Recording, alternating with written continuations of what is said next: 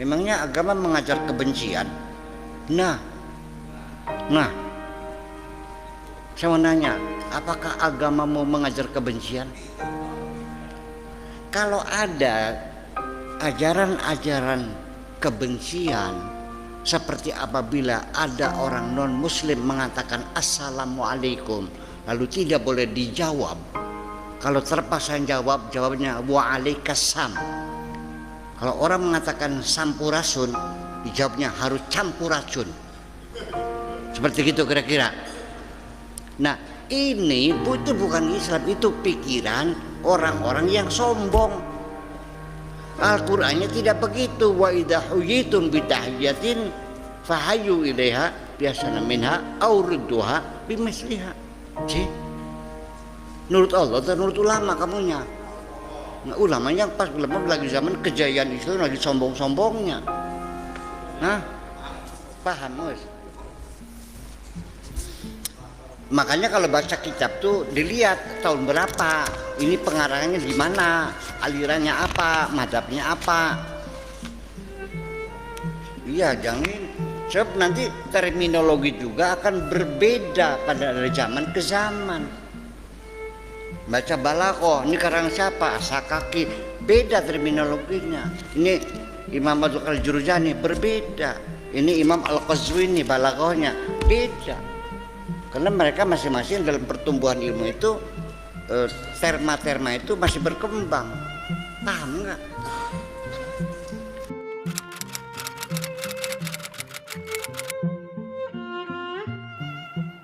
Itu Nabi Muhammad sholatnya bagaimana sebelum Isra Mi'raj itu juga jadi masalah ya.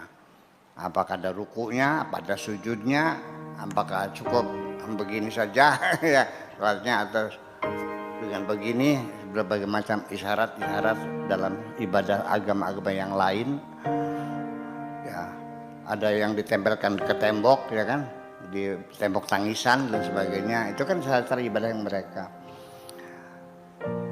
Sampai sekarang orang menyatakan, Nabi mengatakan shollu kama ra'aitumuni usalli, sholatlah seperti yang kau melihat aku. Siapa yang melihat Rasul sholat langsung tuh lalu bercerita, ternyata ini versinya macam-macam ya. Dari takbirnya saja Pak Agus, ada yang di atas kepala, ada Allahu Akbar jempolnya di atas telinga, ada lagi Allahu Akbar jempolnya di bawah telinga, ada lagi Allahu Akbar tangan yang jelek kipak, ada lagi Allahu Akbar digoyang-goyang. Selesai takbir kemudian ada yang sedekap, ada yang selonjor, yang sedaknya ada yang di dada, ada yang di atas perut, ada yang nutupi pusar, ada yang santai, ada sambil pegang kantong, barangkali ada copet begini. Nah ternyata sholat kan tidak seragam karena Nabi tidak melakukan diklat, penataran, latihan bersama dan penyeragaman. Ya kenapa demikian? Saya tidak menyalahkan Kanjeng Nabi, malah saya acungkan jempol menunjuk Nabi. Nabi ini cerdas banget ini. Andaikan sholat itu diseragamkan, tentu kita akan menghadapi kesulitan. Mungkin ada yang sudah dilakukan di suatu tempat, akan sulit di tempat yang lain. Lah, di sana wudhunya harus pakai air panas. Di daerah-daerah Eropa di musim dingin. Di Katulistiwa kita ini nyaman, enak. Bayangkan kalau wudhunya itu diharamkan air panas, wah, fikirnya kan nggak boleh kan air panas kan? Sih, itu kan fikih. Nabi tidak membahas. Itu artinya Nabi hebat. Artinya fleksibilitasnya tinggi supaya bisa diamalkan di mana saja. Seharusnya kita syukuri, ini malah akhirnya saling salah menyalahkan, ini bid'ah, ini gimana lagi, ini salah paham, ini orang Islam salah paham, ini yang benar. Jadi digoyang-goyang, namanya Al-Hayyul Qayyum, Allah itu hidup.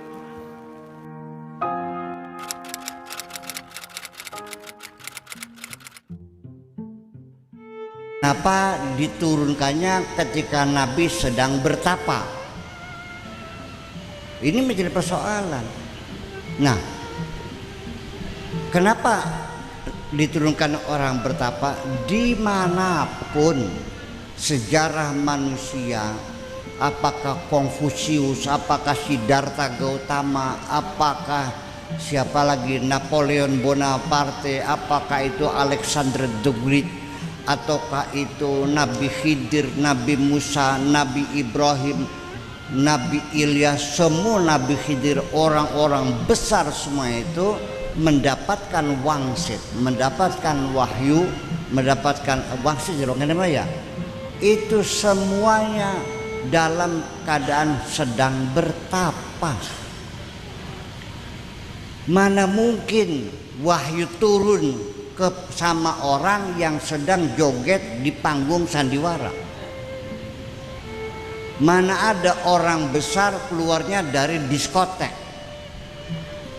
Semua orang besar yang menulis sejarah dengan tinta emas rata-rata keluar dari tempat pertapaan. Betul? Orang Islam nggak paham. Saya setiap bulan Kapit sampai Rayagung itu punya tradisi bertapa di hutan 40 hari. Para ustadznya mempertanyakan, Buya Sakur tuh lagi apa, ibadah apa? Tetapa tuh tidak ada ibadah Islam, ibadah tapa tuh. Sekolah di luar negeri berpuluh-puluh tahun, 20 tahun, pulang ke Indramayu mencari kekayaan, cari sakti, puasa di hutan.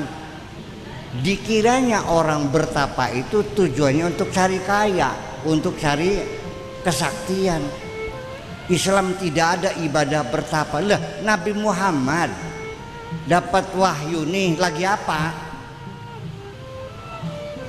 Kalau di gua sendirian sambil puasa lagi apa namanya tuh? Orang Arab namanya tahannuts. Paham? Imam Ghazali menamakannya uzlah.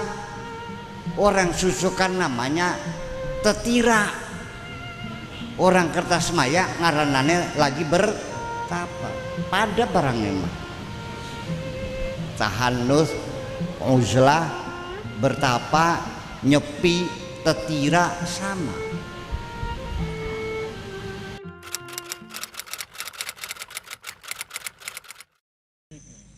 Nah itu makanya. Terus buah khuldi itu begini. Di tafsirnya saya baca ada bilang buah khuldi seperti korma, ada seperti anggur. Saya jamin deh seorang istri begitu buah khuldi suaminya kayak korma langsung minta cerai.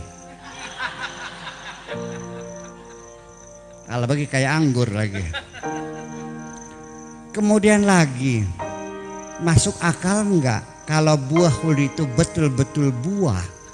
Mana ada buah bisa melupakan kita, lupa ingatan, lupa segala-gala. Sorga yang penuh kenikmatan itu terlupakan hanya karena sepotong buah yang nggak ada artinya. Ini pasti kita tergoda itu karena lebih hebat. Betul enggak? Lalu apa maksudnya buah khuldi itu? Coba kita lihat ketika Nabi Adam dan Siti Hawa makan buah khuldi, kan begitu? Setelah selesai, begitu mau mencari pakaiannya, nggak ada. Wa tafiqa yaksifani min awraqil jannah. Jadi ketika makan buah khuldi itu dalam keadaan telanjang bulat dong. Pertanyaan saya, perempuan telanjang, laki telanjang, makan apa?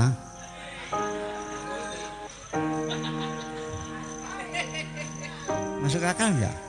Nah ya itu persoalannya. Nah ini kitab-kitab tafsir dari dulu sekarang tuh kayak orma yang gak masuk akal tuh mah. Iya kan? Supaya jangan ngantuk nih. Ini bahasa buah khuld itu adalah seksual. Apa perlu saya katakan makna yang sesungguhnya? Jangan marah ya. Silakan kau nikmati surga. Kulu apa? Fakula ragadan haitu syi'tu ma wala taqraba. Silakan makan apa saja boleh kecuali jangan ngentot. Ayo, bukan kata boleh. Kan nggak pantas loh. Ya itu kata kitanya salah paham, dikiranya pohon korma. Gitu. Oke, terus apa lagi?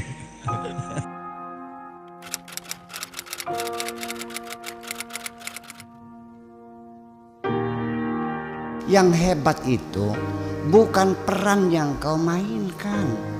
Kamu dalam sandiwara mau jadi raja ya silakan, mau jadi pembantu yang ditampekin tiap hari ya silakan, jadi perempuan selingkuhannya silakan. Nanti yang menilai sang sutradara, bukan peranmu yang kau mainkan, tapi bagaimana Anda berakting secara sempurna. How to be the best actor. Bagaimana berbaik. Yang mendapat piala citra itu ternyata bukan raja, ya kan? Tapi pembantu yang ditampekin, nangisnya beneran. Jadi jangan beranggapan karena kamu kiai itu di surganya di atas, belum tentu. Sekarang kita melihat realita. Kamu tertipu semuanya. Melihat kehebatan orang dengan ilmunya, dengan sorbannya, dengan jubahnya, dengan tasbih yang dikewer-kewernya. Saya melihat bukan di situ kehebatan. Saya melihat dan saya terharu. Ada seorang perempuan tua umur 60 tahun ngotel sepeda yang pedalnya semplak, ngotelnya pakai jempol kaki. Ya, dikoel gitu, pengen. Pakai sarungnya sudah tayangan semuanya, membawa keranjang, jual sayuran di pasar. Dia siap menghadapi kehidupan apa yang terjadi. Itu yang paling hebat bagi saya. Iya. Mampu cuma beli kagum kita mah mau nguruden. Iya, tenaganya kuat sekali. Ya nggak apa-apa, kalaupun dia bisa melintir sasis, bisa lempeng lagi juga. Ini tenaganya gede. Ini yang 60 tahun udah ropoh itu, dia siap menghadapi kehidupan. Dan mungkin saya juga, jangan saya salahkan ketika saya hanya terharu melihat pelacur-pelacur di Jakarta itu. Mereka orang yang terpaksa ingin bertahan hidup di dunia ini. Saya enggak. Kecuali mereka yang tarifnya ratusan juta, itu mah serakah itu mah. Yang sekali eksekusi sampai 120 juta tuh ya, 80 juta tuh itu. Ini yang di jalanan itu yang hanya berapa? 30.000 tak? Di Jatibarang tuh di stasiun tuh berapa? Tahu enggak?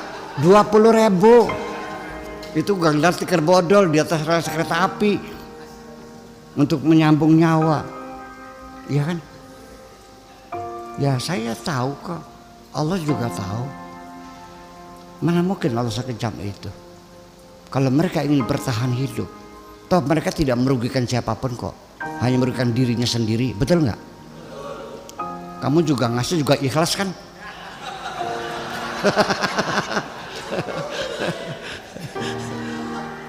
Kan dulu tawar menawar kan? Piran dok, seket kan? Oli beli selawe ya belum beli selawe mah.